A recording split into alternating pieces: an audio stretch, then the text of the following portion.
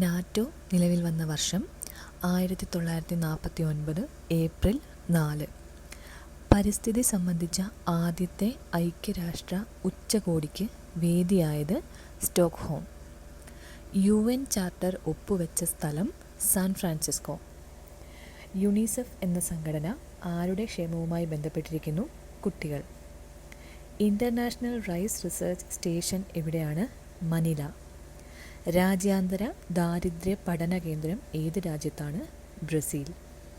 എന്നാണ് UN general assembly ആഗോള മനുഷ്യാവകാശ പ്രഖ്യാപനം നടത്തിയത്? 1948 ഡിസംബർ 10. സാർക്കിൻ്റെ ആസ്ഥാനം കാഠ്മണ്ഡു. ഐക്യരാഷ്ട്ര പൊതുസഭയുടെ ആദ്യ സമ്മേളനത്തിന് വേദിയായ നഗരം ലണ്ടൻ.